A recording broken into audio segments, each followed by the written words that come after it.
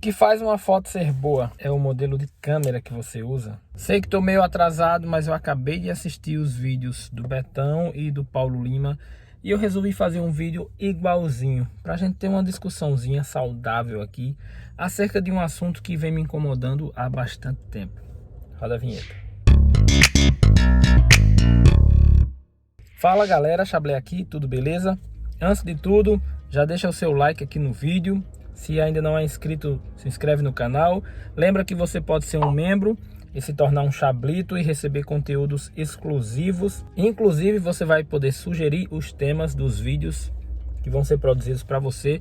Nós estamos fazendo uma série sobre produção audiovisual, então tá bem legal. Se você quiser aprender mais como se tornar um produtor audiovisual, e eu falo aprender literalmente, tá? Porque nós estamos montando um curso lá, quase gratuito, né? Porque o preço da inscrição como membros é muito barato, apenas R$ 4,99 por mês. E pagando essa mixaria, você vai poder ter um conteúdo riquíssimo lá, exclusivamente para você, beleza? Vamos pro vídeo.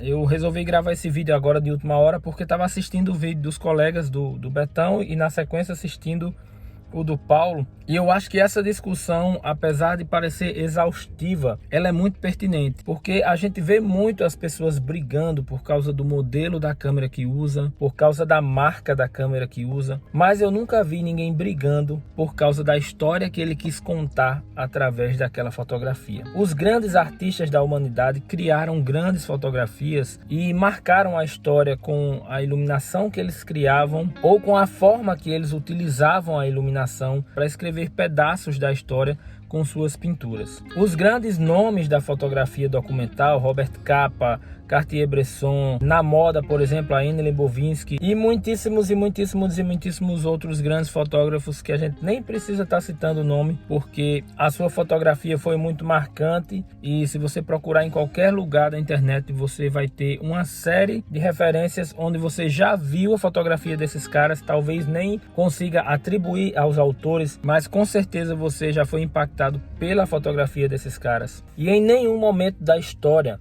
tá lá escrito assim: fulano de tal fotografou com uma câmera Leica número não sei o que lá, ou com uma Hasselblad não sei o que, ou com uma Canon qualquer um aí, ou uma Sony qualquer outra que seja. Nem muito menos pela milimetragem da lente que ele estava usando. A história ela sempre foi registrada pelo olhar do artista, pelo olhar do fotógrafo. E o artista, o fotógrafo, ele conta a história, ele narra histórias, ele cria narrativas a partir da imagem que ele construiu ali. Tenha sido com uma câmera fotográfica, com uma câmera filmadora, com um lápis ou um pincel, ou mesmo com uma talha e um martelo. Não importa a ferramenta que o artista usou, mas ele conseguiu contar a história, e isso é que fez a diferença para a humanidade. Então quando você perde tempo dizendo assim, a minha fotografia não é boa porque a minha câmera é fraca, na verdade você está dizendo que você é fraco e que não consegue extrair boas coisas de um equipamento limitado. A limitação do equipamento, ela não tem relação com a limitação do artista. Agora, a limitação do artista, ela sim esbarra na limitação do equipamento. Paulo fala uma coisa muito interessante, que ele diz assim: você pode ter a melhor câmera do mundo, lançada hoje, por exemplo, fabricada hoje, agora, e se você for um fotógrafo ruim, você vai fazer fotografias ruins. Do mesmo jeito que um fotógrafo muito bom, com equipamento ruim, vai conseguir fazer fotos muito boas. Vou dar um exemplo bem simples. Tem um vídeo do Ronaldo, eu não sei se é no canal do Ronaldo ou no do Gui Ross, mas saíram três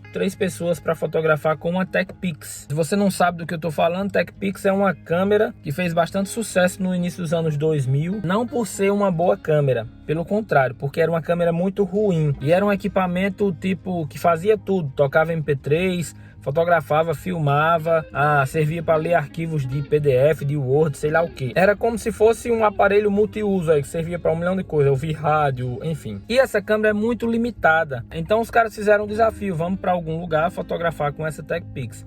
E se você olhar as fotos que os caras fizeram, as fotos são muito boas, porque elas são bem compostas e elas criam um contexto, elas narram um contexto. Como o Paulo falou, não é a qualidade do arquivo final, mas a qualidade da fotografia, o que foi contado com aquela fotografia. Fora inúmeros outros vídeos que tem os caras fotografando com câmerazinha compacta, fotografando com câmeras de entrada. O próprio Paulo Lima fala muito que o início da carreira dele foi todo construído com uma câmera Rebel XTI, que é uma câmera super limitada. Eu vou passar agora uma série de fotografias e eu queria que você me dissesse aí, colocasse aqui nos comentários, marca lá o minuto exato do vídeo, qual a fotografia, e diz aí pra mim qual câmera eu usei para fazer essa fotografia. Me diga se você é capaz de realmente fazer esse tipo de avaliação.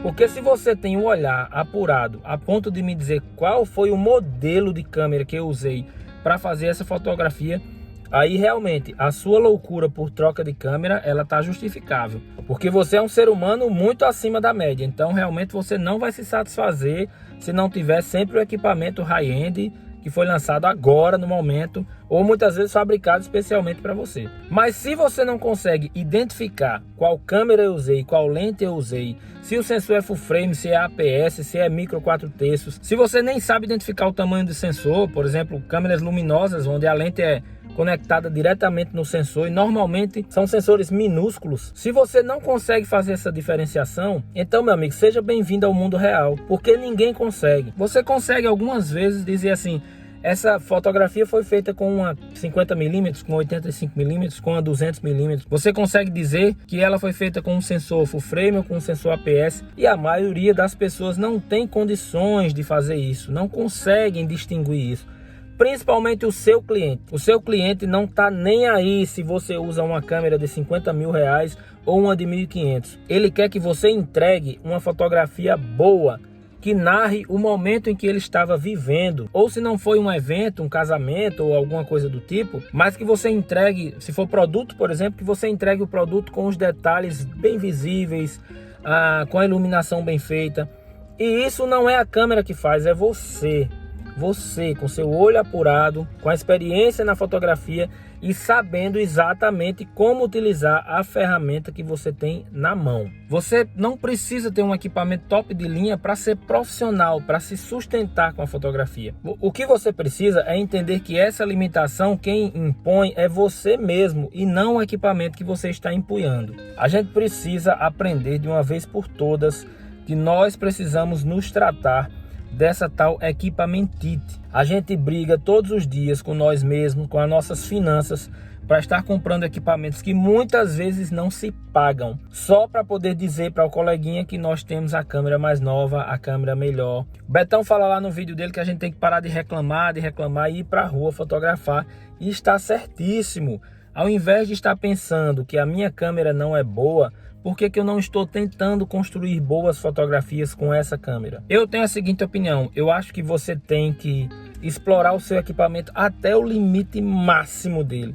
Quando chegar o momento que a sua fotografia é maior do que o equipamento, você precisa de mais recursos e a câmera não está entregando, aí sim chegou o momento de você pensar em trocar aquele equipamento. E isso se valer a pena, se o custo compensar os benefícios. Hoje, por exemplo, para mim, para o meu trabalho, não valeria a pena investir em uma Canon R5, por exemplo, ou em uma Sony Alpha One, ou uma A7 IV, por exemplo, porque são câmeras que excedem os 20 mil reais.